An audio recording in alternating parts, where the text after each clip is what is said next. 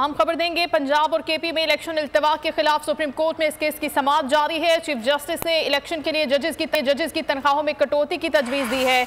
Bureau chief Islamabad Siddique जान हमें supreme court से ज्वाइन करेंगे। जी सिद्दीक, बताइएगा समाअत के हवाले से। जी बिल्कुल, हिमसा पर मैं सुप्रीम कोर्ट ऑफ पाकिस्तान में मौजूद हैं। अहम समाअत जारी है, इस वक्त ब्रेक हो चुकी है। समी साहब की तरफ मैं जाऊंगा, लेकिन समी इब्राहिम साहब ये बताएं कि वैसे तो जब से हुकूमत आई है अरबों रुपए की मीडिया पर इन्वेस्टमेंट की गई है, लेकिन कल बड़ा हाई रेट था, करोड़ों रुपए कल इन्वेस्ट किए गए, बड़ी बड़ी प्रेस कॉन्फ्रेंसेस, बड़े बड़ी ट्रांसमिशनें, बड़े बड़े प्रोग्राम कराए गए, वो तो करोड़ों रुपए की इन्वेस्टमेंट तो आज डूब गई। बिल्कुल ऐसा ही लग रहा है, क्योंकि अभी अली ज़फ़र साहब के दलाइल मुकम्मल हो गए और अब 2:15 बजे समाअत दोबारा शुरू होगी और उस पर अटॉर्नी जनरल साहब जो हैं वो अपने दलाइल का आगाज़ करेंगे। 3-4 चीज़ें बड़ी अहम हुई हैं। एक तो हुकूमत जो इसको डिले करना चाह रही थी, मंसूर अली शाह साहब और जमाल खान मंदोखेल के बयान, उनके इजाफी नोट्स की बुनियाद बना के कि डिले हो जाए, वो मामला ख़त्म हुआ। फुल कोर्ट बनाने की जो बात थी उस पर अदालत ने कहा कि हम उसको रिस्पॉन्ड करेंगे।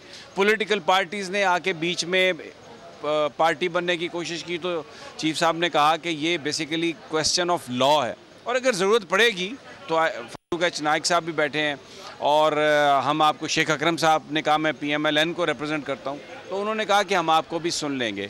लेकिन जो सबसे अहम जो बात थी जो आपने कही, इन्वेस्टमेंट डूबी है, वो इन्वेस्टमेंट इसलिए डूबी है कि सवाल ये फ्रेज हो गया कि क्या इलेक्शन कमीशन के पास इस बात का इख्तियार है। आज अटॉर्नी जनरल, आज अली ज़फ़र के दलाइल के इख्तिताम पर चीफ जस्टिस साहब ने कहा कि जनाब आपकी बात हमने सुन ली कि ये अगर एक दफ़ा आ जाए तारीख़ तो उस तारीख़ को तब्दील नहीं कर सकते। जो इलेक्शन एक्ट है या जो दूसरे कवानीन है वो सिर्फ उनको इलेक्शन प्रोग्राम में तब्दीली की इजाज़त देते हैं, शेड्यूल आप तब्दील कर सकते हैं, उसका बड़ा एक लिमिटेड स्कोप है, लेकिन ये इजाज़त आपको नहीं है कि आप डेट जो है वो चेंज कर दें। फिर उसके बाद पैसे की जो बात है, अब उसमें ये बड़ा सामने आया, जो जवाब है जो इलेक्शन कमीशन का ऑर्डर है उसमें फाइनेंस मिनिस्ट्री तो ये कह रही है कि हमारे पास जनरल इलेक्शंस के लिए और इलेक्शंस के लिए पैसे ही नहीं हैं, और फिर इसका मतलब है कि वो अगर अक्टूबर में भी ये कह दें तो इसका मतलब है कि ये इट कैन गो ऑन। समी साहब, जो कल करोड़ों रुपए की इन्वेस्टमेंट हुई थी ना, ट्रांसमिशन कराई गई थी कि 4 दिन का फैसला है, जो आज सारा मामला ख़त्म हो गया।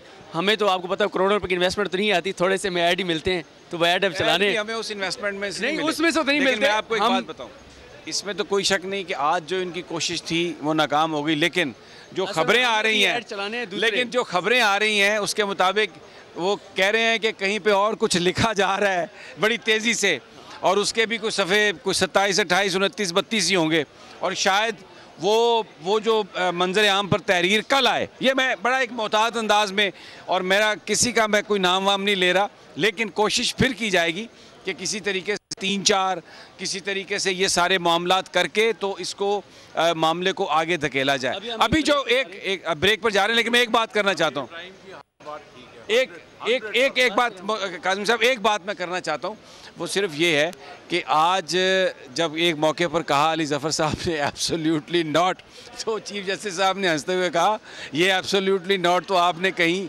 और कहा था। लेकिन इलेक्शंस के लिए इतनी कमिटेड है ये सुप्रीम कोर्ट कि आज उमर अताब बंदयाल साहब ने यहाँ तक कहा कि अगर पैसे नहीं हैं तो आपको कट लगा के जो तनख्वाहदार लोग हैं हमसे काट लें, तनख्वाहदार से काट लें, पाकिस्तानी कौम अपना हक चाहती है। तो ये बात आज वाज़े हो गई अभी तक कि सुप्रीम कोर्ट इलेक्शंस के लिए बहुत कमिटेड है और इलेक्शंस जो हैं वो होंगे। और ये जो जस्टिफिकेशन आई है इलेक्शन कमीशन की, जिसमें मुलतवी किया गया मुख्तलिफ बहाने बना के, तो उसमें एक बड़ा सवाल ये है कि ये तो आगे 4 साल तक इस तरह मुलतवी कर सकते हैं। तो अब 2:15 बजे अटॉर्नी जनरल साहब शुरू करेंगे and we will be here.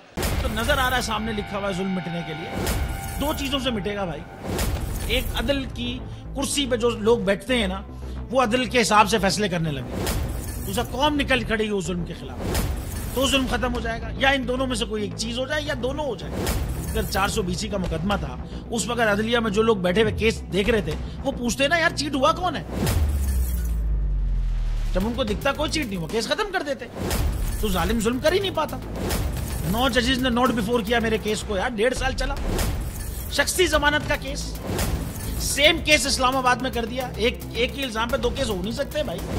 मतलब 60 दिन का वक्त होता है, 102 दिन के बाद मैं जीत गया, केस बरी हो गया, 102 दिन के बाद अपील फाइल की, एक्सेप्ट कर ली। नहीं करते ना एक्सेप्ट, खत्म हो जाता ना जुल्म यार।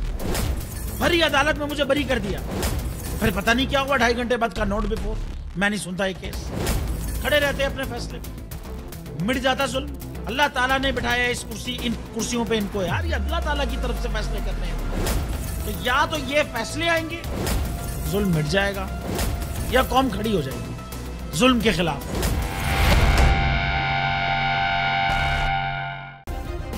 सब्सक्राइब करें और बेल दबाएं ताकि कोई खबर रह न जाए।